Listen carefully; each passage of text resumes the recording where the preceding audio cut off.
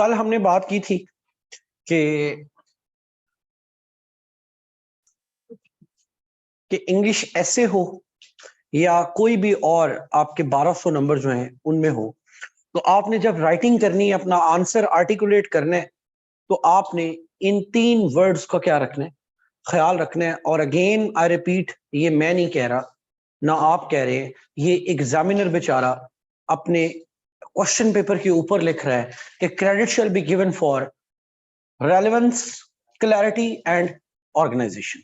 तो कल इन पे ऊपर बहुत डिटेल में बात नहीं हो सकी, थोड़ी सी बात इन पे करते हैं, ठीक है, कि क्या मतलब है इनका, और फिर हम आगे चलते हैं अपने फॉर्म्स ऑफ डिस्कोर्सेस के ऊपर। ठीक है, तो सबसे पहली बात जो है वो हम जो करने जा रहे हैं वो है जी रेलेवेंस की। पहले इसके ऊपर कॉमन सेंस का पॉइंट एक ले लें आप, और कॉमन सेंस ये कहती है कि 20 नंबर का सवाल है या 100 नंबर का सवाल है, यानी कि ऐसे है या कोई और है, उसमें उसने आपसे कोई चीज पूछी है। अब आपने वो चीज बड़ी खूबसूरत लिखी है, कमाल की लिखी है, मैं कहता हूं तबाही कर दी है, लेकिन जो पूछा है वो नहीं लिखा, तो उस सारी चीज जो है वो आपकी किधर जाएगी, वो वेस्ट में जाएगी। जब आप अक्सर औकात कह रहे होते हैं ना कि मैंने तो सारा ऐसे क्या लिखा था, सही लिखा था, नंबर आए हैं 5, जितने बच्चों के नंबर भी 0 से लेके 12-15 के दरमियान आते हैं ना, उनकी सबसे बड़ी जो कॉज ऑफ फेलियर है वो ये है कि उन्होंने ये फर्क ही नहीं किया कि जो मुझसे पूछा गया और जो मुझे पता था, वो उन दोनों में फर्क नहीं कर सके। सीएसएस पास पेपर में एक ऐसे आया हुआ है, वो उसकी स्टेटमेंट लिखेगा, वो कहता है कि डिस्कस या एनालाइज या व्हाटएवर जो भी है, साइकोलॉजिकल इंपैक्ट्स ऑफ टेररिज्म। ये ऐसे आया हुआ है पास पेपर में कि डिस्कस तो खैर वर्ड नहीं होगा स्टार्ट में क्योंकि ऐसे की स्टेटमेंट है, बट उसने इस तरह की कुछ स्टेटमेंट है कि साइकोलॉजिकल इंपैक्ट्स ऑफ टेररिज्म। अब हम यहां पर ना अच्छा खासा साइजेबल क्राउड बैठे हैं, ऑन कैंपस भी और ऑनलाइन भी। जितने भी बच्चे आप में से तैयारी कर चुके हैं, जिनकी सेकंड अटेम्प्ट है, थर्ड अटेम्प्ट है, इवन फर्स्ट भी है, तो ऐसे टेररिज्म वगैरह पर तैयार किया होगा। 99% बच्चों के बारे में मैं कन्विक्शन से कह सकता हूं कि उन्होंने टेररिज्म तैयार किया हुआ है। ठीक है, बगैर आपको जाने, बगैर आपके नोट्स चेक किए, मैं बता सकता हूं कि आपका कंटेंट क्या है। आपके पास 10 कॉजेज हैं, 10 उसके क्या हैं, इंपैक्ट्स हैं, और 10 उसके क्या हैं। और जिन्होंने बहुत कमाल की रीडिंग की होगी, उन्होंने पाकिस्तान की जो काउंटर टेररिज्म पॉलिसी वगैरह है ना, उसको क्या किया होगा, तैयार किया होगा। और जिन्होंने उससे भी अच्छी रीडिंग की होगी, उन्होंने जो टेररिज्म की हिस्ट्री है उसके ऊपर भी कोई आर्टिकल वगैरह पढ़ा होगा कि टेररिज्म जो है वो दुनिया में कैसे आया, क्यों नहीं आया, कैसे, जो भी सारी सिचुएशन है। लेकिन आप ऐसे की स्टेटमेंट पर फोकस कर रहे हैं, वो आपकी इस सारी इंफॉर्मेशन में से किसी एक में भी दिलचस्पी नहीं रखता। वो कह रहा है 100 नंबर का ऐसे लिखो कि दहशतगर्दी के जो नफ्सियाती असरात हैं वो क्या है। अब यहां पर स्टूडेंट करता क्या है, वो एक ना मेन वर्ड पिक करता है, और ये आप लोगों की जुबान पे भी चढ़े होते हैं ये वर्ड। जब आप ऐसे दे के आते हो ना, तो आप खुद क्या बोल रहे होते हो, तुम्हारे भाई ने एजुकेशन पे किया है, तुम्हारे भाई ने टेररिज्म पे किया है। इसका मतलब है आपने स्टेटमेंट को टॉपिक में कन्वर्ट कर दिया। उसने टेररिज्म पर ऐसे नहीं दिया, उसने टेररिज्म के साइकोलॉजिकल इंपैक्ट्स पर असर दिया है। आप लोगों की जो तैयारी होगी वो किस पर होगी, जेनेरिक वर्ड जो कि क्या है, टेररिज्म, इस पर तैयारी होगी। और आप क्या करेंगे, आप अपने ऐसे का 65% जो मवाद होगा ना, वो कौन सा लिखेंगे, कॉजेस। क्योंकि बाद में आप जस्टिफाई भी तो अपनी नजरों में करना है ना। मसलन कैसे करेंगे, यार मैंने सोचा, जब आप दोस्त को बता रहे हो, मैंने सोचा कि इससे पहले के असरात बताए जाएं, क्यों ना इसकी वजूहात बता दी जाए। खुद को दिल के समझाने को गालिब ये ख्याल अच्छा है। तो अच्छे ख्याल के लिए आपने कहा कि चलो कोई बात नहीं, 2 3 4 क्या लिख देते हैं, कॉजेज लिख देते हैं।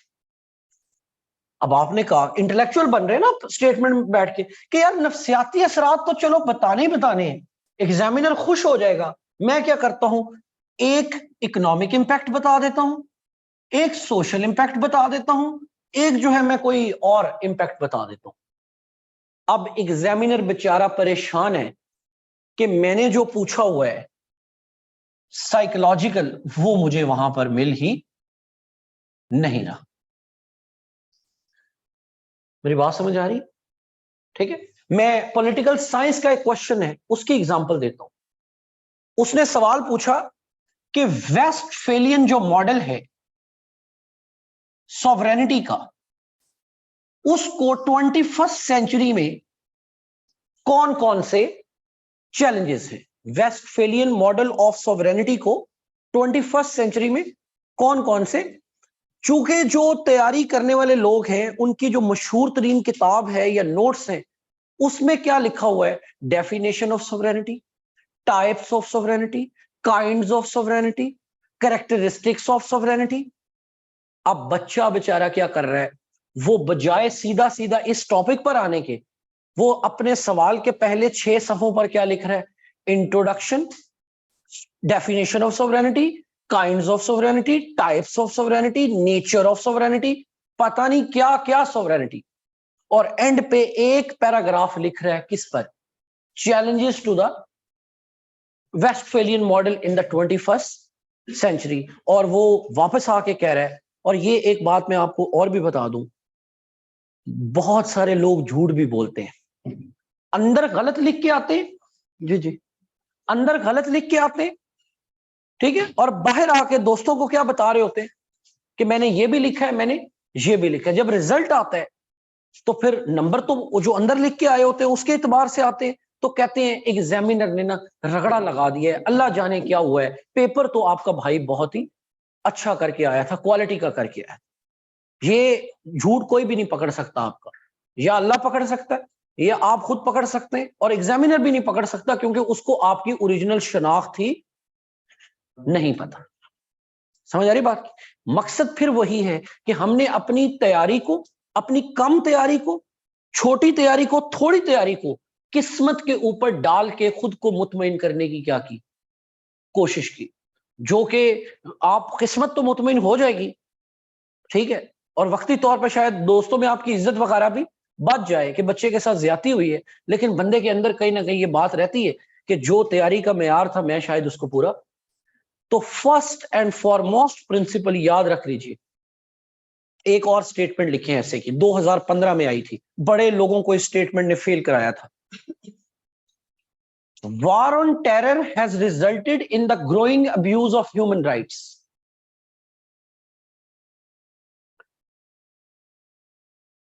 जी, war on terror has resulted in the growing abuse of human rights.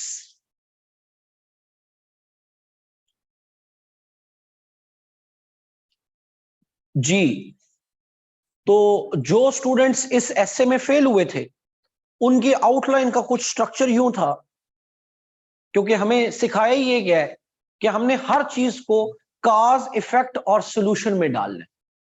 तो उस फार्मूला के तहत हमने ऐसे अटेम्प्ट किया, और हमने पहली हेडिंग इंट्रोडक्शन की बनाई, दूसरा लिखा कि what are the causes behind war on terrorism. बना लीजिए, लिख लीजिए, गलत ही है ना, बना ले, what are the causes behind war on terrorism. 4 causes लिख दी, ठीक है। अगला क्या लिखा कि जी वॉर ऑन टेरर का स्कोप क्या है, उसकी एक्सटेंशन क्या है, what actually is war on terror. अगली हेडिंग बनाई कि impacts of war on terror, और जब इंपैक्ट्स बता दिए तो आखिरी हेडिंग क्या बना दी, सॉल्यूशंस या way forward to the war on terror. इस एसे में जो ह्यूमन राइट्स है वो मेरा ख्याल है कहीं छुप गया है, कहीं 2 से 3 पॉइंट्स में कन्फाइन हो चुका है, ठीक है। तो इस एसे का जो 90% थीम है, यहां रेलिवेंस की आसान तरीन डेफिनेशन बताऊं, किसी भी एसे में या किसी भी क्वेश्चन में 85%, 90%, 80% आपका कंटेंट डोमिनेट रहना चाहिए जो स्टेटमेंट में पूछा गया। 10-15% फुल बूटे निकालने के लिए, उसके आगे पीछे चीजों को लॉजिकली जोड़ने के लिए मार्जिन हमेशा होता है, उसमें कोई मसला नहीं है। लेकिन आपका 80% कंटेंट 85% जो कंटेंट है वो डेडिकेटेड होना चाहिए, एम करना चाहिए एग्जैक्ट उस पॉइंट पर जिसका उसने पूछा है। एक और पॉल साइंस की स्टेटमेंट लिखिए। ये मैं एग्जांपल्स दे रहा हूं कि रेलेवेंस कितनी इंपॉर्टेंट है। Discuss criticism on 18th amendment in Pakistan. Discuss criticism on 18th amendment in Pakistan. अब हमने क्या तैयार किया हुआ है? हमने तैयार की हुई है 18th amendment की हिस्ट्री। 1935 में क्या था, 56 में क्या था, 62 में क्या था, 73 में क्या था, 8th अमेंडमेंट में क्या हुआ, 13th अमेंडमेंट में क्या हुआ और 18th अमेंडमेंट में क्या हुआ। ये लिखते लिखते सफे भर चुके हैं 4। और हमने 18th अमेंडमेंट पर जो क्रिटिसिज्म पिक किया हुआ है वो किया हुआ है सिर्फ कितना, या तो आधे बच्चों ने किए ही नहीं होता, किया भी होगा तो 1 या 2 पॉइंट होंगे। ठीक है, तो आपका स्कोर इस स्टेटमेंट में आने के चांसेस क्या हैं? कम है। ठीक है, इसी तरह पॉलिटिकल साइंस में सवाल आता है मॉडर्न डे रेलिवेंस पर। ठीक है, कि how Rousseau's ideas are relevant in the modern democracies. हमने मॉडर्न डे रेलिवेंस की नहीं होती, हमें सिर्फ रोसो का सोशल कॉन्ट्रैक्ट क्या होता है याद होता है। हम सारा सवाल रोसो पर लिख के एंड पे एक हेडिंग बनाते हैं कि मॉडर्न डेमोक्रेसीज एंड रोसो, और उसके बाद हम कहते हैं कि आपके भाई का सवाल क्या हो गया, बहुत आला हो गया। तो मेरा ख्याल है ये एग्जाम्पल्स हैं। अब अभी रेलिवेंट लिखोगे ना, बाद में एग्जामिनर ने डिटरमिन करना है कि अच्छा लिखा है या बुरा लिखा है। ये वो सिनेरियो है कि जहां आप शुरू में क्या हो जाएंगे, उड़ जाएंगे, या आपके नंबर जो है वो शुरू से क्या हो जाएंगे, कम हो जाएंगे।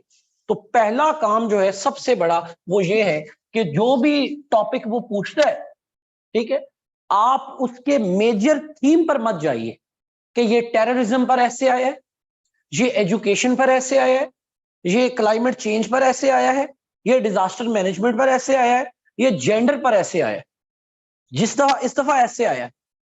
ठीक है, बॉयज विल बी, पूरी मार्केट ने मिलके उसको मीम बना दिया। बनाया कि नहीं बनाया? स्टूडेंट्स ने भी और टीचर्स ने भी। Boys will be boys.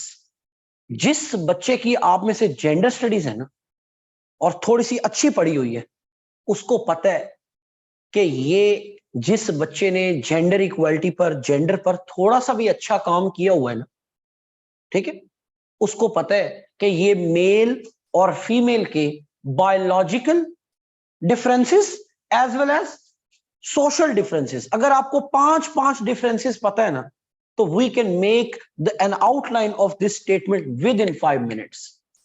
कोई काम ही नहीं है, चूंकि वो आपने तैयारी किस स्टेटमेंट की हुई थी? Gender equality is a myth. Gender equality is a myth. तो जैसे ही उसने उसकी जगह कोई और अल्टरनेटिव स्टेटमेंट दी, तो आपने कहा कि ये तो ऐसे मैंने करना ही नहीं। और जिन्होंने किया है उनका भी यही कुछ हालात हैं कि उन्होंने उसको बिल्कुल जिस तरह gender equality is a myth, causes क्या है, why boys will be boys, how boys will be boys, what shall be the impacts of boys being boys. ठीक है, तो यू नो इस सॉर्ट ऑफ थिंकिंग के साथ आप इस तरह की चीजें क्या करते हैं, अटेम्प्ट करते हैं। फॉलो कर रहे हैं बात? तो ये थोड़ा सा आप गौर कर लीजिए कि ऐसे के अंदर या किसी भी सवाल के अंदर the first thing you have to make sure.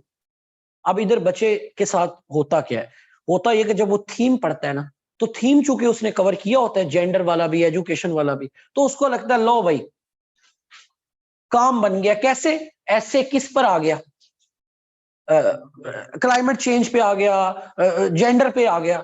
वो ये भूल जाता है कि जेंडर की, क्लाइमेट चेंज की जिस स्पेसिफिक डोमेन पर सवाल आया है, इसके बारे में तो मैंने कभी 100 नंबर की तैयारी की ही नहीं।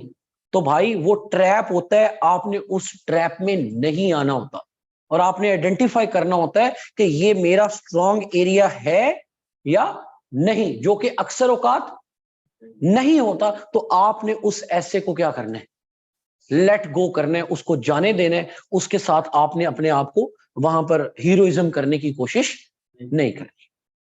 बात फॉलो कर रहे हैं? तो ये है फर्स्ट आपका। आप समझ आ रही कि उसने सबसे पहले क्लैरिटी क्यों नहीं लिखा? ये भी एक बड़ी दिलचस्प बात है कि उसने क्लैरिटी को पहले नंबर पर क्यों नहीं लिखे। भाई पहले आप रेलिवेंट लिखेंगे तो वो दूसरे नंबर पर जाके मेजर करेगा कि क्या अब जो इसने परसीव किया है वो सही से परसीव किया भी है या नहीं किया। अब क्लैरिटी की हम एक एग्जांपल लेते हैं, ठीक है। हम आईएमएफ जो है ना, उसके ऊपर ऐसे भी मेरा ख्याल है आता है, और पाक अफेयर्स में भी, करंट अफेयर्स में भी क्वेश्चन आया हुआ है कि पाकिस्तान के जो इकोनॉमिक इश्यूज हैं क्या वो इंटरनल हैं या वो आईएमएफ बैक्ड है, यानी कि वो आईएमएफ उसके प्रॉब्लम्स का जिम्मेदार है या।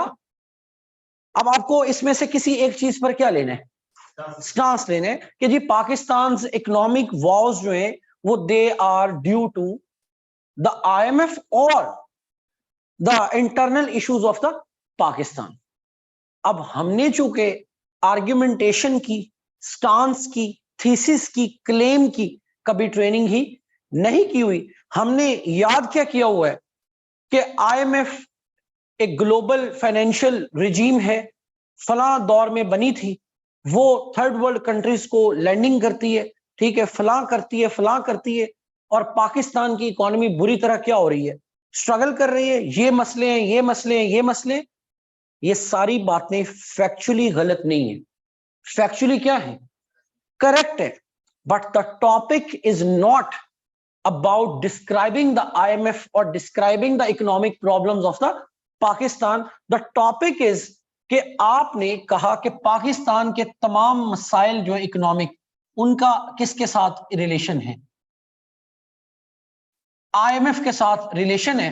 तो अब आपकी जो थीसिस स्टेटमेंट डेवलप होनी चाहिए, या आपका जो इंट्रोडक्शन निकलना चाहिए, या आपके जो बॉडी पैराग्राफ उसके अंदर से डेवलप होने चाहिए, वो थ्रू आउट द एसे इस स्टांस के साथ ही आपने क्या करना है, चलना है। यानी कि जब आप राइटिंग लिखे ना, तो आपको पढ़ के उसमें से खुद को भी एक आवाज आए कि ये जो पैराग्राफ है ना, ये एक मीनिंगफुल मैसेज दे रहा है, क्लैरिटी दे रहा है, इसमें कोई एम्बिगुइटी नहीं है। यानी कि इसका एक मेयार बना ले। आप हमेशा अपने ऐसे को जब पढ़े ना, तो आप देखें कि if third person is reading it, तो क्या उसको समझ लग रही कि ये क्या क्या है। क्योंकि जब आप खुद लिखते हैं ना, ये इंसान की फितरत में भी मसला है, इंसान के अंदर एक सब्जेक्टिविटी का भी एलिमेंट है कि जब वो खुद लिखता है ना, तो उसको लगता है कि बर्ट्रैंड रसल पीछे रह गया और मैं आगे चला गया। समझ आ रही बात? ठीक है। और इसलिए फिर थोड़ा सा आप क्या करेंगे, जब आप लिखेंगे तो आपको बिल्कुल जो है ना, जहां पर अंधेरा आ जाए ना, जिस स्टेटमेंट पे क्या आ जाए, अंधेरा आ जाए, वो स्टेटमेंट कभी भी नहीं करनी। ब्लाइंड स्पॉट जिस स्टेटमेंट में आ जाए ना, जहां आप अपनी तरफ से फिलोसफर बनने लगे कि यूं नहीं होगा तो फिर यूं तो होगा, उस जगह को छोड़ दे। वो आपको फेल कराएगी, वो आपको फंसाएगी। ब्लाइंड स्पॉट के ऊपर नहीं खेलना। क्लैरिटी का मतलब क्या होता है बता दे, आम अंग्रेजी आप जानते हैं, क्लैरिटी का मतलब क्या है? इतनी चीज क्लियर हो, ठीक है, कि आपको जैसे ये सामने बोर्ड नजर आ रहा है, ये सामने मैं नजर आ रहा हूं ना, इस या आप मुझे नजर आ रहे हैं, ये क्लैरिटी है।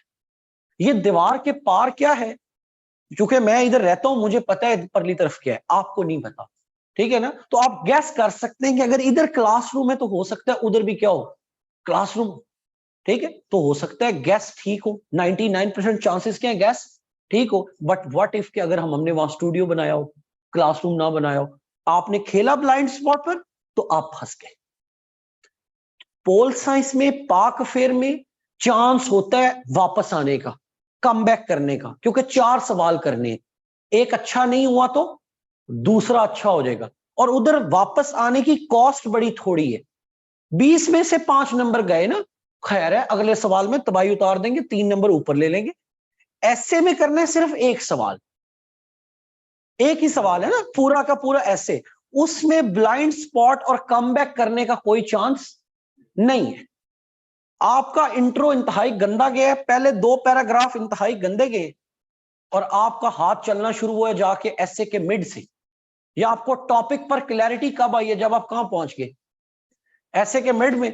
तो खुदा माफ करे, आप में से अगर कभी किसी के साथ ऐसा हुआ है कि ऐसे के दरमियान में पहुंच के पता चला हो कि मैंने तो गलत लिख दिया, तो यकीन कीजिए अपने ऐसे पर लाइन मारते हुए और ऊपर से घड़ी को जब बंदा देखता है ना कि 10:30 हो चुके हैं, तो बंदे के ज़हन में पीछे पता क्या चलता है, 3 साल हो गए मुझे तैयारी करते हुए, मैंने फीसें कैसे दी हैं, मैं हॉस्टल में कैसे रहा, मेरी अम्मा क्या सोचेगी, मेरा अब्बा क्या सोचेगा, जैसे ये बात दिमाग में आनी है, नफ्सियाती तौर पे आप फारिग हो चुके हैं, खत्म। उसके बाद हाथ पैर फूलने शुरू, ठीक है, बस फिर चॉकलेट खा के और पानी शानी पी के गुजारा करना है, बाहर निकलना है, और शक्ल उस टाइम अल्लाह की कसम आप हमारी देखने वाली होती है। और यकीन कीजिए बंदे का मर्ग हो जाए ना, उस टाइम बंदा मर्ग पे भी ऐसी शक्ल नहीं बनाता, जब कोई बंदा अंदर ब्लेंडर करके आता है ना और वो बाहर निकलता है, गुस्सा उसको चढ़ा होता है, जो बंदा उससे बात करता है दिल उसका करता है बंदा इसको चपेड़े लगाए, ठीक है, और नंबर आपका तकरीबन 1.5 दिन बंद रहता है, ठीक है, कम से कम भी 1.5 दिन नंबर हमारा बंद रहता है।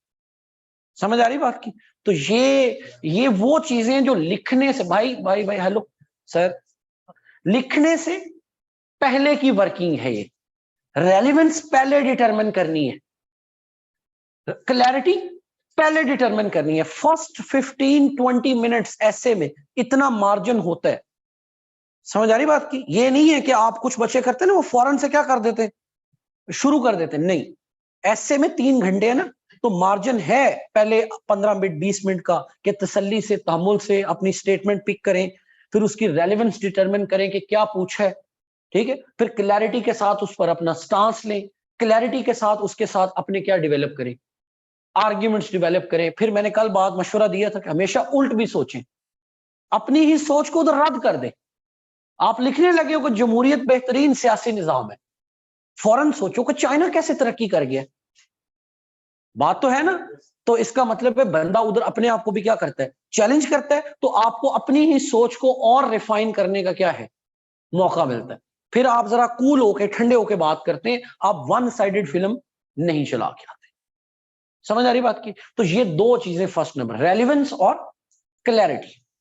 अब आते हैं जी अगली बात की तरफ, और ये सबसे ट्रिकी पार्ट है, and this is where you guys are के डिपेंडेंट ऑन द मेंटोर्स और द टीचर्स, कि ये क्लैरिटी आ गई कि पाकिस्तान के जो प्रॉब्लम्स हैं उसका असल जिम्मेदार कौन है, IMF है। अब ये आपको क्लैरिटी आ चुकी है, अब इसके ऊपर कोई दो राय नहीं है। मसला ये है कि हम अपनी ये बात अब एग्जामिनर को फोन करके तो कन्वे नहीं कर सकते, खत लिख के भी नहीं कर सकते, कैसे करनी है, इंग्लिश एसे के थ्रू। तो ऐसे क्या है, गुफ्तगू करने का, बात करने का एक स्टाइल है, और ये सिर्फ वाहिद स्टाइल नहीं है, राइटिंग भी तो क्या है, एक स्टाइल है, ठीक है, प्रोज भी क्या है, एक स्टाइल है, और ऐसे भी क्या है, लेटर राइटिंग भी क्या है, एक स्टाइल है। तो उन सारे स्टाइल्स में से हमने कौन से स्टाइल के अंदर बात करनी, क्योंकि वो पेपर ही उसी स्टाइल का हो रहा है, और वो है इंग्लिश एसे, ठीक है। तो अब हमने क्या करना है, अब हमने अपने इस स्टांस को इस तरह से लिखना है कि उसके अंदर 3-4 चीजें पूरी हो जाएं। अच्छा, मैं ना आज एक काम करूंगा, जो वर्ड्स आप सुनते हो ना जो कंफ्यूज भी करते हैं, कोहेरेंस, कनेक्टिविटी, जी एक क्या आपको अक्सर क्या बोल सुनते हैं आप लोग कि जी आपके ऐसे में क्या होनी चाहिए, एक लॉजिकल कनेक्टिविटी होनी चाहिए, कोहेरेंस होनी चाहिए, कोहेजन होनी चाहिए। मैं ये जितने भी वर्ड्स हैं ना, I would bag your pardon, मैं इन वर्ड्स को बिल्कुल साइड पे कर रहा हूं। हम कर रहे हैं बड़ा सिंपल और देसी स्टाइल, ठीक है। पहले ना कोहेरेंस और कनेक्टिविटी इनको साइड पे करें, और एक लॉ ऑफ कॉमन सेंस सुन लें। लॉ ऑफ कॉमन सेंस ये कि अपनी बॉडी से शुरू कर लें, और यहां से लाहौर से इस्लामाबाद का टूर करके वापस आए, तो अपने घर वालों को सुनाना हो कि मेरा टूर कैसा रहा। तो गुफ्तगू के दो तरीके हैं। पहला तरीका, मेरा सर जो है ना ये ऐसा है, साथ ही आपको याद आ जाए कि घुटने ऐसे हैं, फौरन ही आपको याद आ जाए कि मेरा जो लेफ्ट शोल्डर है वो ऐसा है, और साथ ही आपको याद हो जाए कि मैं दिमागी तौर पर ऐसा सोचता हूं। आपने घर वालों ने पूछा कि कैसा रहा आपका टूर, आपने कहा कि खाना बहुत ही आला था, साथ ही आप बता दें कि पहाड़ों पर मैं चढ़ गया, साथ ही आप बता दें कि जाते हुए जो ट्रेन थी वो बहुत गंदी थी, साथ ही आप बता दें कि जिस बंदे के साथ मैं गया था मेरा दिल भी उसके साथ नहीं लगा, साथ ही आप बता दें कि अच्छा कैमरा भी क्या हो गया था, खराब हो गया था। वो सुनने वाला बेचारा जो ना 2 मिनट चक्कर खाएगा कि ये बंदा कैसी बातें कर रहा है, बहकी बहकी बातें कर रहा है। तो ये मैं ऐसे की आपको एक सिंगल बात बता दूं, ये आपके स्टांस से लेके और उसी स्टांस तक वापस आने का ये जो सफर है, ये क्या है, पूरे की पूरी ये जो लाइन है ये आपस में इस तरह से जुड़ी हो कि इसमें क्या हो, ये वाली तरतीब हो। यहां पर 1 2 3 4 5 6 7 8 9 10 तरतीब हो, ऑर्गेनाइजेशन हो। अच्छा, ये ऑर्गेनाइजेशन लगाने का पर्पस क्या है, कुछ समझ आ रही है आपको बात? What is the purpose of this organization? सोचिए क्या पर्पस हो सकता है ऑर्गेनाइजेशन? यार सादा सी बात है, ताकि ये चीज तबाह ना हो।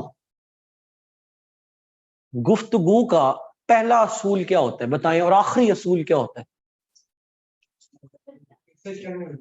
जब मैसेज ही कन्वे नहीं होगा तो मैसेज कितना खूबसूरत था ये तो फारिग होगी बात, मैसेज कितना शरीफाना था ये तो बात फारिग होगी, मैसेज कितना नेक था ये भी बात फारिग होगी, मैसेज के ऊपर कितनी रिसर्च की। मैं इधर मेरे स्टूडेंट्स बैठे हैं, यही लोग हमें आके फिर मुझसे बात भी करते हैं, सर कभी मैं आपको अपना ऐसे का काम दिखाऊं ना कि आपके भाई ने इतने मोटे मोटे रजिस्टर लिखे हैं, मुझे रोना आता है जी वो देख देख के, मेरा ऐसे क्यों नहीं पास हुआ। मेरी बात आप फॉलो कर रहे हैं? It has nothing to do with anything. आपने पलंदा पहाड़ों का तैयार किए, आपने कोई ऐसे नहीं लिखा, आपने 5000 ऐसे लिखे, ठीक है ना। अगर आप पेपर वाले दिन अपनी गुफ्तगू करते हुए ऐसी गुफ्तगू कर रहे हैं कि वो आपके अलावा दुनिया के किसी बंदे को समझ नहीं आ रही, तो फिर ये चीज आपको क्या करेगी, फेल कराएगी। ऑर्गेनाइजेशन कहते हैं गुफ्तगू के अंदर तरतीब होना, गुफ्तगू के अंदर सलीका होना, गुफ्तगू के अंदर एक रब्त होना, ताकि सुनने वाला जो है वो आपकी बात के स्टेप बाय स्टेप करके क्या कर ले, समझ जाए। अब आपकी ये जो ऑर्गेनाइजेशन है ये 3 बड़े हिस्सों में होनी है, ठीक है। इसका पहला हिस्सा जिसको आप इंट्रोडक्शन कहते हो, इसका दूसरा हिस्सा जिसको आप बॉडी कहते हो, और इसका तीसरा हिस्सा जिसको आप कंक्लूजन कहते हैं।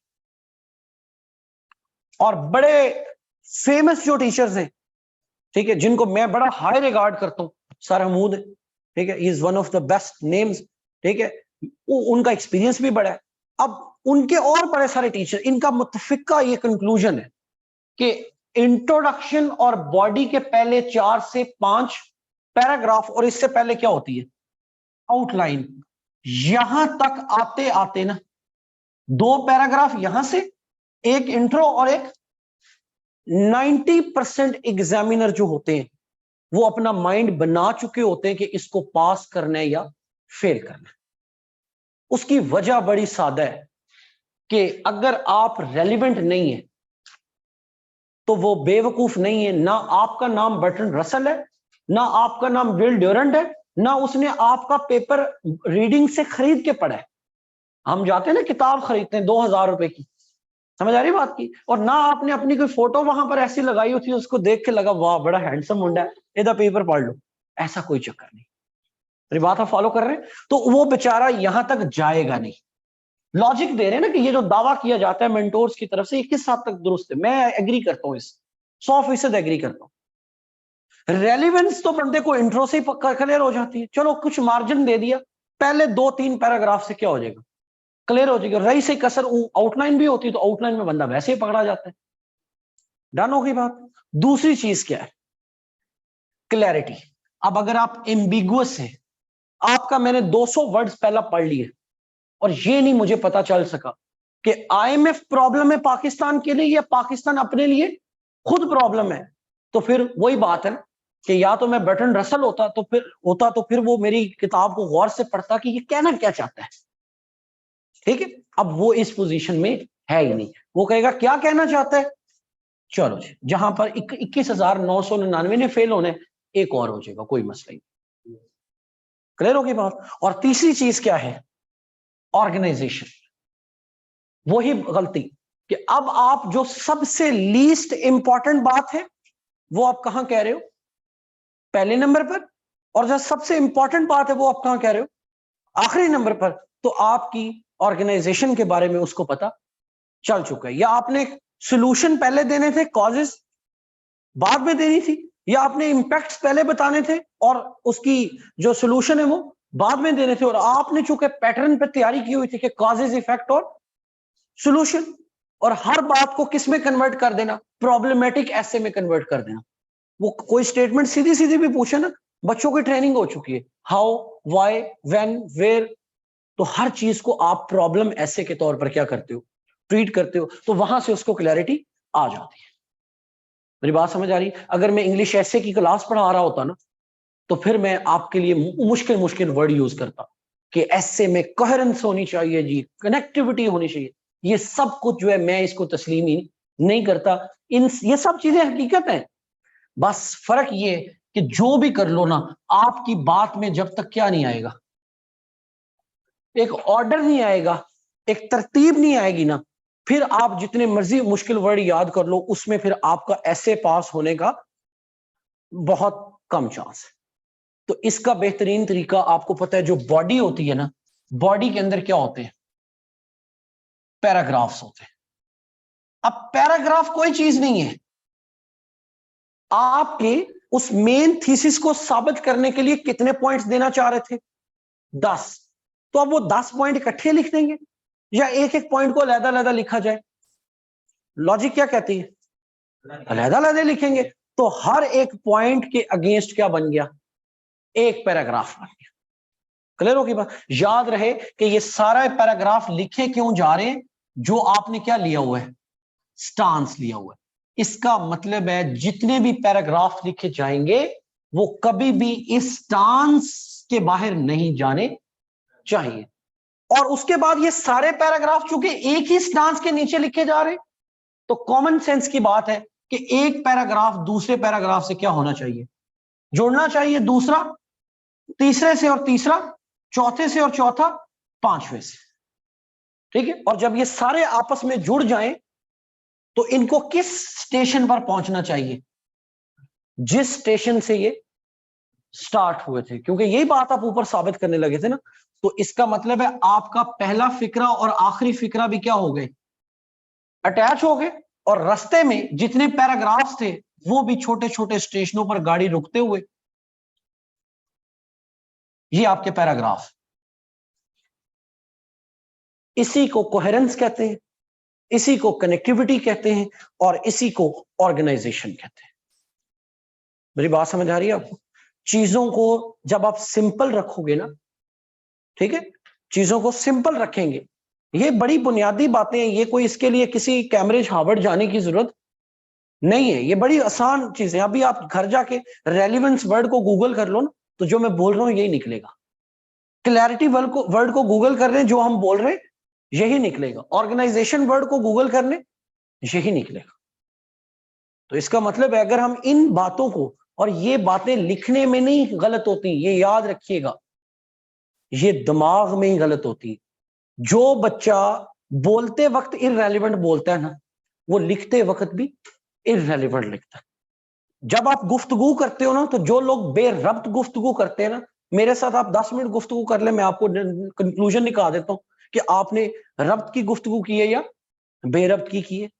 कंफ्यूजन कितनी दफा होता है कि हम आपको, टीचर स्टूडेंट को कह देता है कि यार आप बड़े क्या हैं, कंफ्यूज बंदे।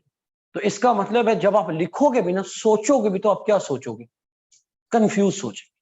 तो मैं अगेन कह रहा हूं, राइटिंग गलत नहीं है। हमारा सोचना, हमारा बोलना वही क्या है, गलत है। जब सोचना और बोलना गलत है तो फिर लिखना भी क्या है, गलत है। कंफ्यूजन इन माइंड, बेचारा हाथ तो सिर्फ माइंड को रिप्रेजेंट कर रहा है ना। क्या ख्याल है, हाथ बकलम खुद तो कोई चीज नहीं है ना, हाथ तो एक टूल है। हाथ किसको रिप्रेजेंट कर रहा है, माइंड को। अगर माइंड में क्लैरिटी है, ठीक है, तो फिर हाथ में भी क्लैरिटी है। अगर माइंड में एम्बिगुइटी है तो फिर हाथ में भी एम्बिगुइटी है। क्लियर होगी बात। तो इस वजह से एग्जामिनर जो है वो आपके आगे हाथ जोड़ के रिक्वेस्ट करता है कि credit shall be given for clarity, relevance and organization. Clear होगी बात। अब मैं आपको बता रहा हूं कि कल भी हमारी छोटी सी बात हुई, मैं आज उसको और क्लियर कर देता हूं। आप क्या बना रहे हैं, आउटलाइन।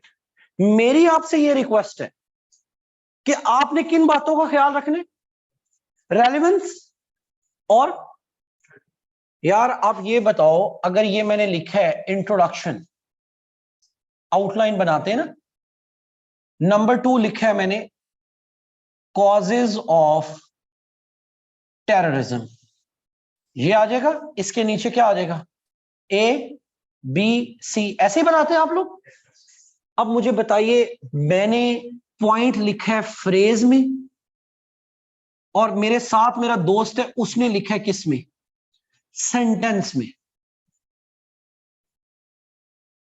आप पता है जब तैयारी कर रहे होते हो तो क्या करते हो, एक दूसरे को नीचा दिखाते हो। जो सेंटेंस वाले टीचर से सीख रहा होता है ना, वो फ्रेज वाले को देख के पता है क्या कहता है, जानी ये पक्का फेल है, तेरे भाई ने जो गुर ढूंढा है ना फलाट बंदे के पास जाके, वो नहीं मिलने वाला दोबारा। मेरी बात समझ रहे। अब ये क्या दिल में सोच रहा है, ये सोच रहा है कि सर ने तो कहा था कि कभी भी हमेशा आउटलाइन बनानी किस में है, फ्रेज में, ये किस में बना रहा है, ये पक्का फेल है, तेरे भाई ने राज ढूंढ लिया पास होने का। मेरे जैसे बंदे की ये वर्कशॉप रखने का मकसद पता है क्या है, मैं दोनों लोगों को बेवकूफ और गधा समझता हूं, सॉरी टू से। वजह, ओ भाई, जब एक पॉइंट लिखा ही इररेलेवेंट है तो वो फ्रेज में लिखो, सेंटेंस में लिखो, खुदा के बंदो वो गलत है।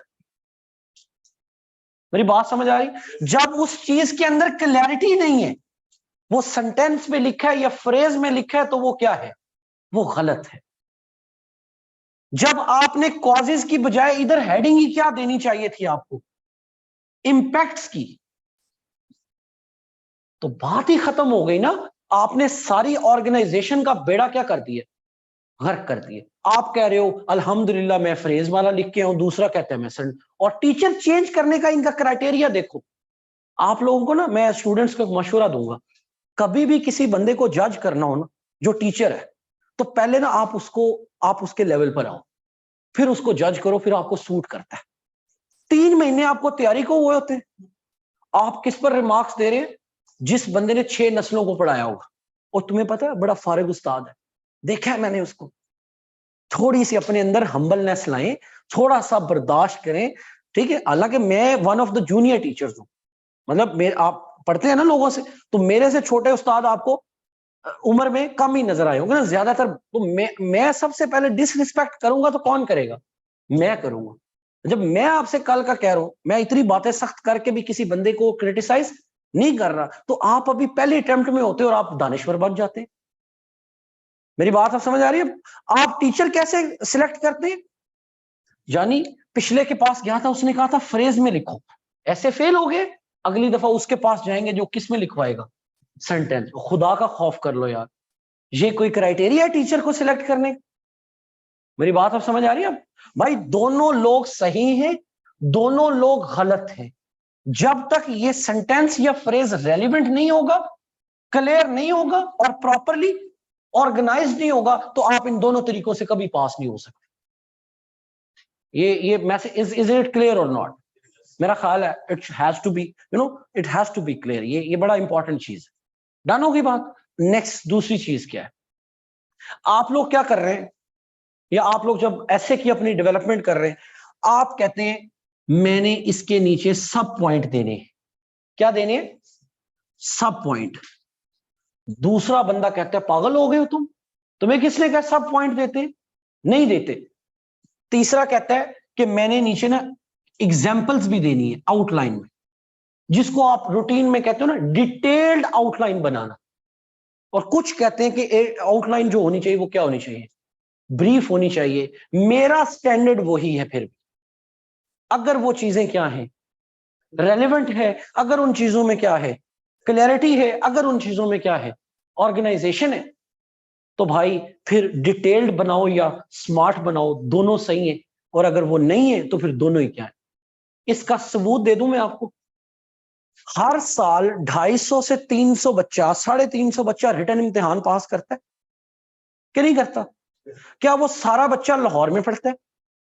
क्या वो सारा बच्चा कराची में पढ़ता है? क्या वो सारा बच्चा इस्लामाबाद में पढ़ता है? क्या वो सारा बच्चा कोयटा में पढ़ता है? क्या वो सारा बच्चा पिशावर में पढ़ता है? नहीं। क्या वो सारे लोग एक ही उस्ताद के शागिर्द हैं? क्या लाहौर में, कराची में, मुल्तान में, हैदराबाद में जितने ऐसे के टीचर पढ़ाते हैं उन्होंने एक दूसरे के नोट्स कॉपी किए हुए? इसका मतलब है कि रास्ते क्या हैं, मुख्तलिफ हैं। पास होने वाले बच्चों में कुछ चीजें क्या हो जाएगी, तरीका कार क्या होगा, मुख्तलिफ, लेकिन जो अंदर बेसिक्स होंगी वो क्या होंगी, सेम होंगी। वो बेसिक्स हमेशा क्या होंगी, वो किसी से भी आप पूछेगा, तरीका कार मुख्तलिफ हो सकता है, सही है, लेकिन ये चीजों का ख्याल कोई दुनिया में ऐसे का टीचर है जो ये कहे बेटा इररेलेवेंट लिखना है, एम्बिगुअस लिखने, नहीं, ऐसी बात नहीं है। एक और, इंग्लिश ग्रामर।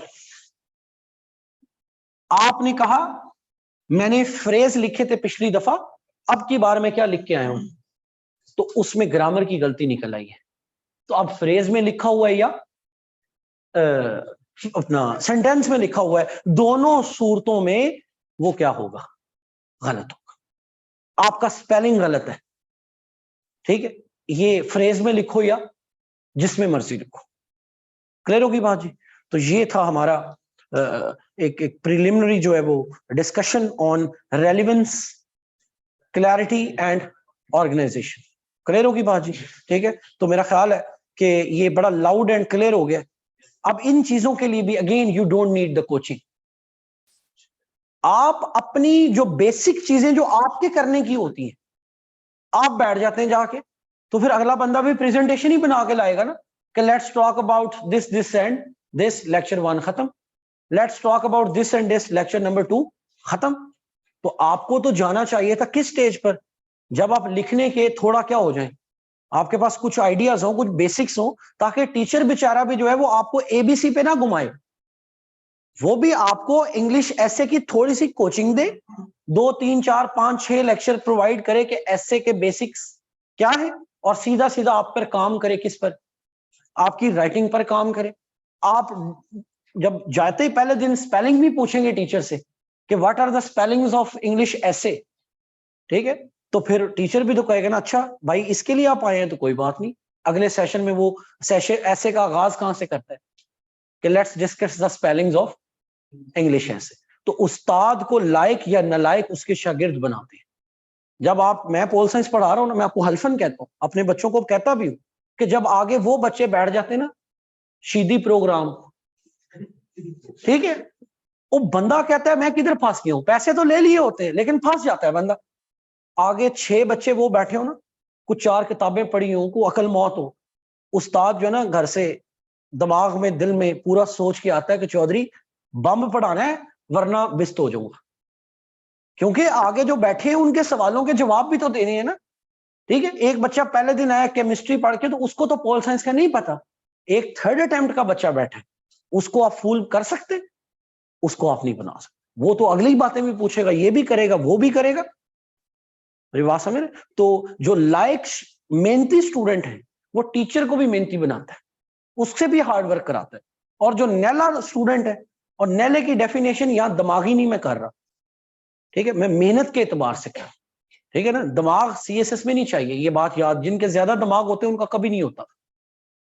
समझ आ रही बात की? बड़े, और आपके सामने एग्जांपल्स हैं, ठीक है ना, बड़े लोग जो बीए में फेल हो गए, बड़े लोग जो एमए में बेचारे थोड़ा बहुत ऊपर नीचे हो गए, बड़े लोग जिनकी पीछे कोई डिग्री नहीं है, बस एक दिन उनको ख्याल आ गया, सीरियस हो गए वो जिंदगी में, 1.5 साल 2 साल 2.5 साल अपने आप को एक इत्काफ में बैठा लिया, अल्लाह ने उनकी मदद की, वो लोग निकल गए।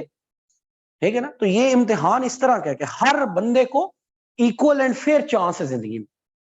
सही है। राइटिंग का कल मैंने आपको बताया कि 80 में से आखिरी हफ्ते में कितने बच्चे रह जाते हैं? 8 बच्चे रह जाते हैं लिखने वाले। ठीक है।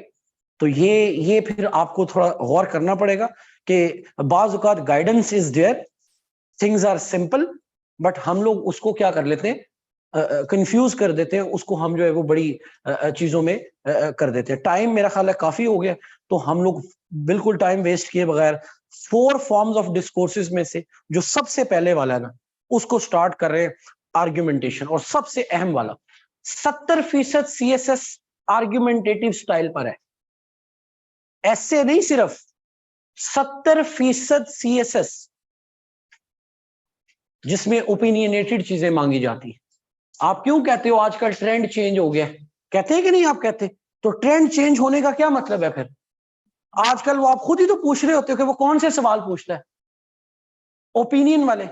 तो ओपिनियन मींस कि वहां पर आपको क्या करनी है, आर्ग्यूमेंटेशन करनी है। और आर्ग्यूमेंटेशन जो है वो क्या होती है, उसकी ट्रेनिंग किए बगैर आप उसको अटेम्प्ट करते हैं तो नतीजा आपके सामने निकलता है। ठीक है। तो पहले डेफिनेशन लिखते हैं कि आर्ग्यूमेंटेशन क्या होती है, फिर उसके ऊपर आगे बात करेंगे।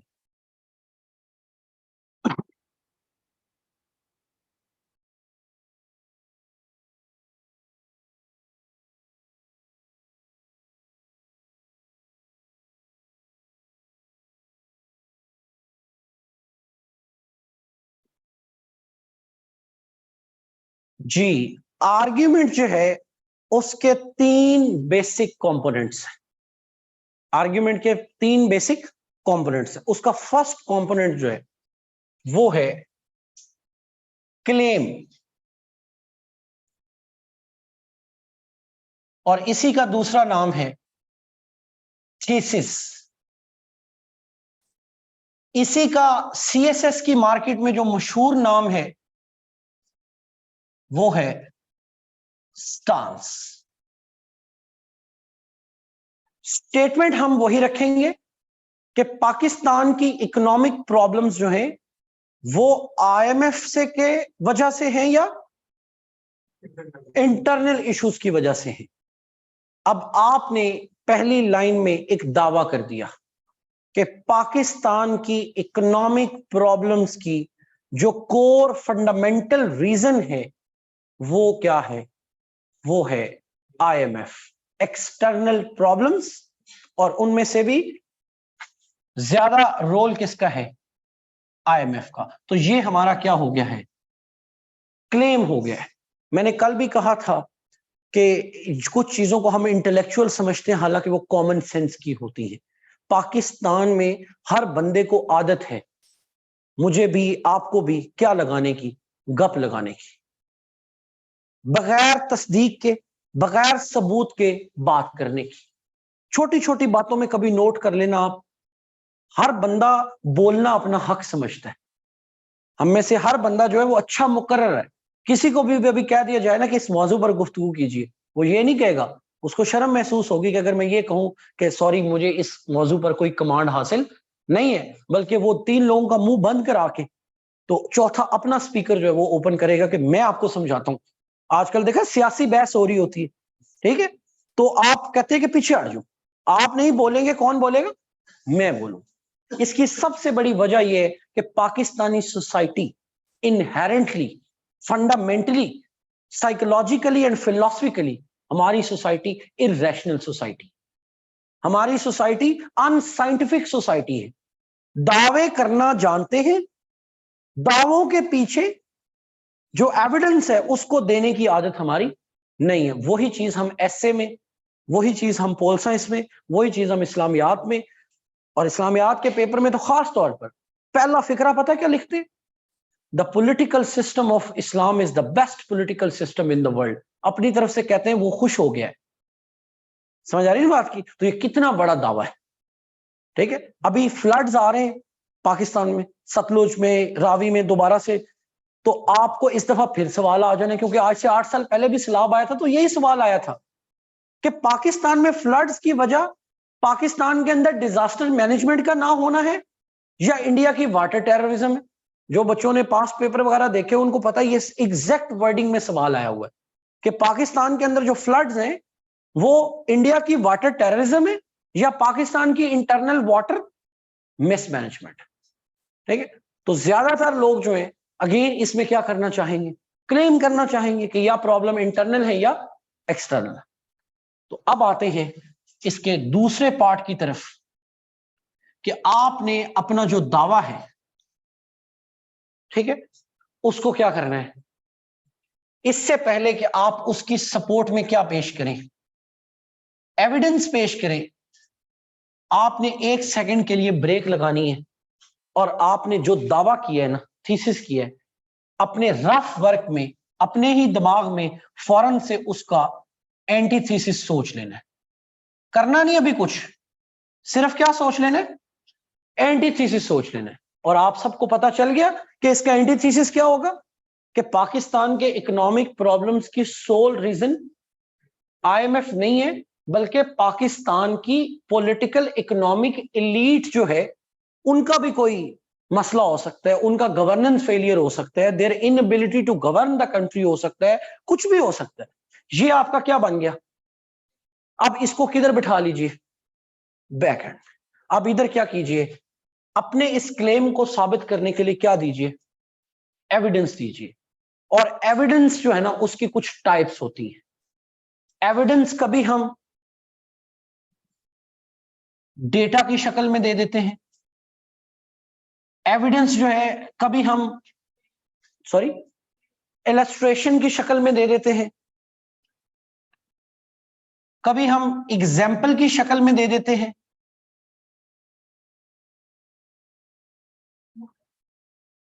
कोई किसी रेफरेंस या कोटेशन की शक्ल में दे देते हैं।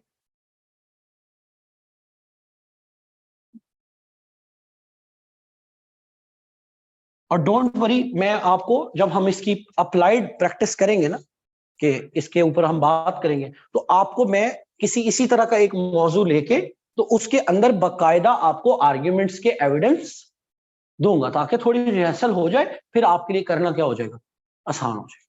और तीसरी चीज, एविडेंस याद रखिएगा इटसेल्फ बेकार होता है। एविडेंस क्या होता है, बेकार होता है। मसलन आपने कहा कि हमारे जिम्मेदार कौन है, आईएमएफ, तो उसके जवाब में आपने यहां एविडेंस क्या दिया कि जी आईएमएफ जो है वो दुनिया के 8 मुल्कों में अब तक क्या कर चुका है, अपना प्रोग्राम कर चुका है, और 8 के 8 कंट्रीज क्या कर गए हैं, डिफॉल्ट कर गए। अब आपको लगा कि आपने क्या कर दिया, तीर मार दिया, तुम्हारे भाई ने बेहतरीन किस्म का उसको क्या दिया, एविडेंस प्रोवाइड किया है। तो एविडेंस इटसेल्फ किसी भी चीज को बयान नहीं करता। अगला जो काम है ना वो सबसे मुश्किल काम है, और वो है उसको बैक करना। अपने क्लेम को सपोर्ट किससे किया आपने, एविडेंस के साथ, और उसको बैक किससे करना है, एविडेंस को रीजनिंग के साथ। अब आपने जब कहा ना कि 8 कंट्रीज ने क्या किया, डिफॉल्ट किया, जहां जहां भी क्या गया, आईएमएफ गया, तो अब आपने इधर साबित करना है कि उन 8 कंट्रीज में आईएमएफ का जो प्रोग्राम का मॉडल था, क्या पाकिस्तान में भी वो मॉडल क्या था, सेम था? क्या उनके इकोनॉमिक इंडिकेटर्स और हमारे इंडिकेटर्स में क्या था, कोई सिमिलैरिटी थी, कोई डिफरेंस था? ठीक है। और क्या हमेशा आईएमएफ का ये जो प्रोग्राम है, ये जहां भी इंप्लीमेंट होगा इस फॉर्म में, क्या उसका हमेशा नतीजा यही निकलेगा? तो अगर आपकी रीजनिंग आपकी एविडेंस को सपोर्ट ना कर रही हो, तो इसको कहते हैं इनवैलिड आर्ग्यूमेंट, इनवैलिड एविडेंस। इसको क्या कहते हैं, इनवैलिड एविडेंस। ये ऐसा ही है कि आप जाके किसी बंदे को कहें कि जनाब आप मुझे पुलिस में भर्ती कर लीजिए, वो कहे किस बुनियाद पर, आप कहें जी आपने कहा था कि कद आपका 5 फुट 6 इंच होना चाहिए, मेरा कद 5 फुट 10 इंच है, लिहाजा मुझे क्या कर लें आप रख लें, तो वो कहेगा कि जनाब आपको उसके अलावा पीपीएससी का जो तहरीरी इम्तिहान है वो भी क्या करके आना है, पास करके आना है। आपने कहा जी मैंने तो वो भी कर लिए। आपने कहा जी आपको इंटरव्यू भी पास करके आना है, तो आपने कहा जी वो इंटरव्यू मेरा नहीं ले रहे। क्यों नहीं ले रहे? क्योंकि जो डिग्री सब इंस्पेक्टर बनने के लिए जरूरी थी, मेरी वो डिग्री ही नहीं है। तो 5 फुट 10 इंच भी पूरे हो गए, रिटर्न का इम्तिहान भी पूरा हो गया, लेकिन बेसिक प्रेमसी गलत साबित हो गई कि जो चीज आपकी एलिजिबिलिटी क्राइटेरिया थी वही क्या हो गई, गलत साबित हो गई। तो इसीलिए वैलिड आर्ग्यूमेंट और वैलिड एविडेंस कब होगा? जब आपकी रीजनिंग क्या कर रही होगी, उस एविडेंस को सपोर्ट कर रही होगी, उसको सब्सटेंशिएट कर रही होगी। और चौथी चीज क्या है जो सबसे अहम है, ये चौथी मैं लिखना नहीं चाह रहा, आपकी सहूलत के लिए लिख रहा हूं। आपने यहां पर एक चीज देखी, एंटीथेसिस। अब ये जितने दलाइल आपने दिए, ये किस हक में दिए थे कि पाकिस्तान के मसाइल का जिम्मेदार कौन है? और काउंटर आर्ग्यूमेंट क्या बनता है कि पाकिस्तान के मसाइल का जिम्मेदार पाकिस्तान के इंटरनल स्ट्रक्चरल इंस्टीट्यूशनल प्रॉब्लम है। ठीक है, तो अब यहां पर लॉजिक ये कहती है, क्या कहती है?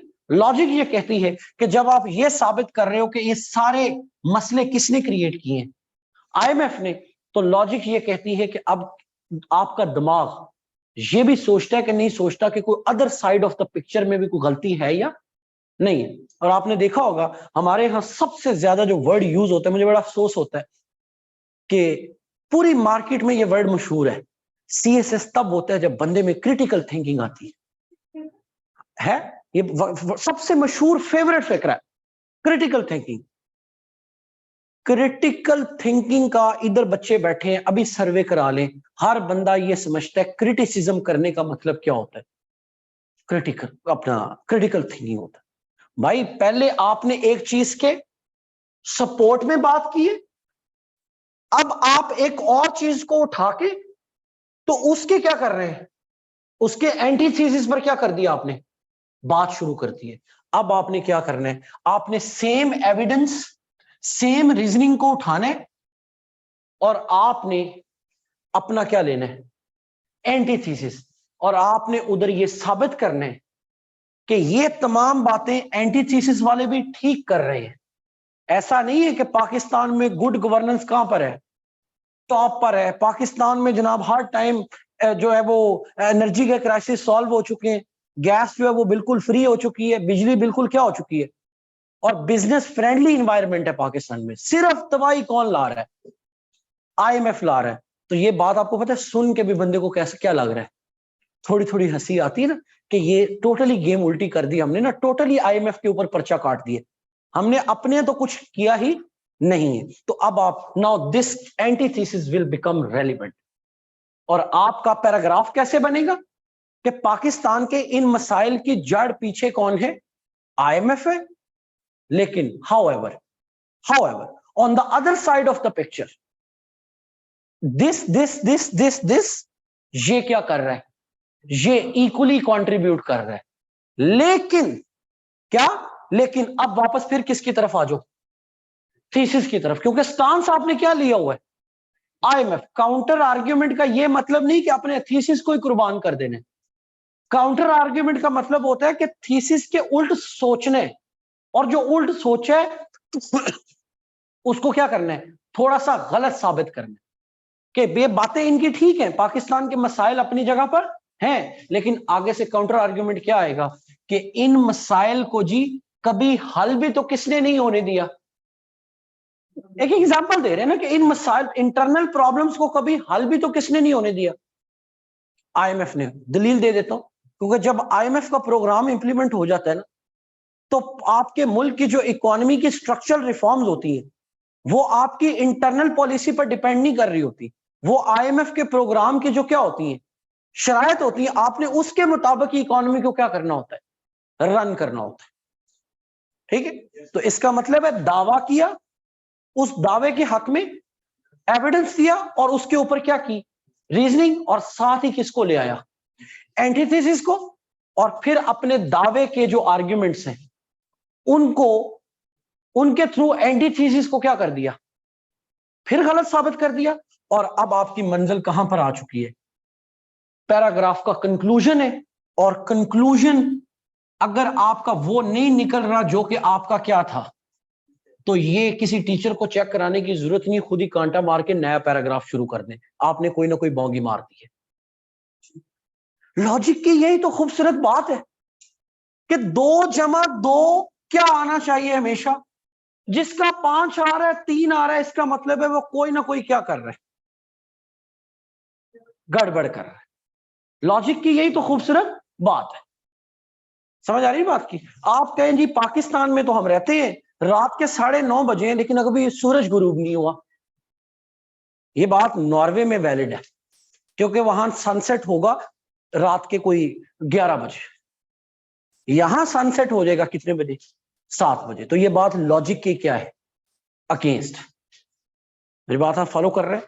तो ये सिर्फ डेफिनेशन की है हमने, किसकी, आर्ग्यूमेंटेशन की। 2 आर्टिकल बता रहा हूं, कल जो बच्चे आएंगे वो ये 2 आर्टिकल पढ़ के आएंगे, क्योंकि जनाब रोज अखबार पढ़ते हैं, रोज किताबें पढ़ते हैं, लेकिन आज तक हम ये पहचान नहीं पाए कि इनमें से कौन सा आर्टिकल, इनमें से कौन सा पैराग्राफ, इनमें से कौन सा सेंटेंस जो है वो किस नोयत का है, आर्ग्यूमेंटेटिव है। ठीक है, तो एक डॉन का आर्टिकल है, लिखिएगा, education is not the solution, full stop. ये 25 जुलाई 2019 का है। Education is not the solution, ये this whole article is argumentative article. Number 2, एक और आर्टिकल लिखे डॉन के, बता रहा हूं, द IMF, जी, the IMF as saviour, SAVIUR, और आगे क्वेश्चन मार्क, पक्की निशानी है कि कौन सा आर्टिकल है argumentative. The IMF as saviour, SAVIOUR, question mark. कल ये 2 जो है पैराग्राफ, 2 आर्टिकल्स, कल आपने प्लीज इनको पढ़ना नहीं है, सिर्फ आप रूटीन में भी पढ़ के सिर्फ क्या बना लेते हो, नोट्स बना लेते हो। 2 चीजें याद रखिएगा, फिर लेक्चर को एंड करते हैं। एक इंफॉर्मेशन होती है और एक नॉलेज होता है।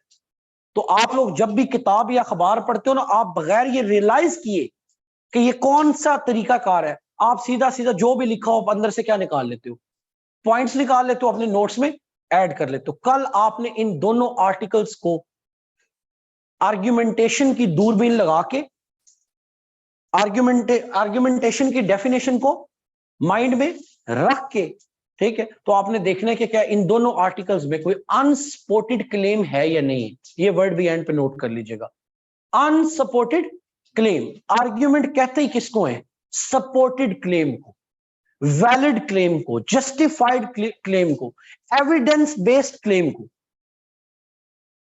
क्लियर होगी बात जी? ये 4 नंबर पे एंटीथीसिस, डन होगी जी बात।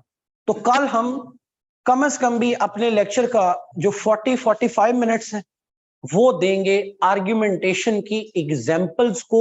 2 आर्टिकल आप पढ़ के आओगे, 1-2 आर्टिकल मैं अलहदा से क्लास में खुद से पढ़ूंगा, और फिर हम यहां बैठ के 10 से 15-20 पैराग्राफ तो नहीं, वो तो मुश्किल हो जाएगा, नामुमकिन हो जाएगा, सेंटेंसेस क्या करेंगे, आर्ग्यूमेंटेटिव सेंटेंसेस डेवलप करेंगे। ठीक है ना? 5-10 मैं आपको करवा दूंगा, बाकी 8-10-15 आपकी रिहर्सल के लिए यहां बैठ के आप क्या कीजिएगा, डेवलप कीजिएगा, और आपको डिफरेंस खुद ही जो है वो नजर आ जाएगा कि सादा फिक्रा लिखने में और उसी फिक्रे को आर्ग्यूमेंटेटिव बनाने के में क्या डिफरेंस आता है, और उससे सोचना और लिखना दोनों क्या हो जाते हैं, चेंज हो जाते हैं। ठीक है ना?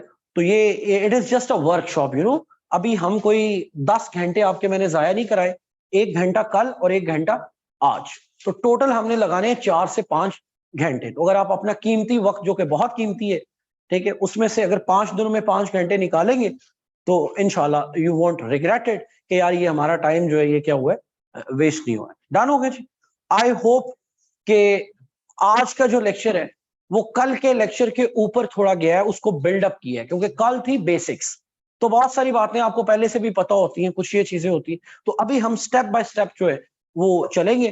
ठीक है, इरादा तो मेरा ये था कि आज हम आर्ग्यूमेंटेशन कंप्लीट कर लेंगे, बट अनफॉर्चुनेटली वो पहले ही इतना टाइम लग गया कि अभी हमें आर्ग्यूमेंटेशन पर कल का आधा दिन भी लगाना पड़ेगा। लेकिन बगैर पढ़े वो 2 आर्टिकल कोई बंदा ना इधर मुझे नजर ना आए। समझ आ रही बात की? क्या ख्याल है? ठीक है ना? मतलब अगर आप 2 आर्टिकल डॉन के नहीं पढ़ सकते कल तक, तो फिर मतलब जरूरत नहीं है ना, फिर दादा दरबार चलेंगे बाद में इकट्ठे। ठीक है, और अभी मैं पेज के ऊपर अपलोड कर रहा हूं आर्ग्यूमेंटेशन, नरेशन, डिस्क्रिप्शन की डेफिनेशंस, और नीचे सैंपल आर्टिकल्स, सैंपल राइटिंग्स। तो उसका कल प्रिंट लेके आ जाइएगा आप, जो ऑन कैंपस वाले और ऑनलाइन वाले जो है उसको आप सेव करके अपने पास रख लें, ताकि कल जब हम बजाय के आपको मैं कहूं कि ये आर्टिकल निकालें आप, वो पहले क्या हो आपके पास हो, आप लोग जो है उसके ऊपर ही आप लिखते जाएं कि इसमें से कौन सा फिक्रा आर्ग्यूमेंटेटिव है, कौन सी चीज क्या है। ठीक है, तो 7:30 पे इंशाल्लाह कल फिर मुलाकात। थैंक यू जी, थैंक यू जी। जी फेसबुक पेज की बात कर रहा हूँ, जी फेसबुक पेज की बात कर रहा हूँ।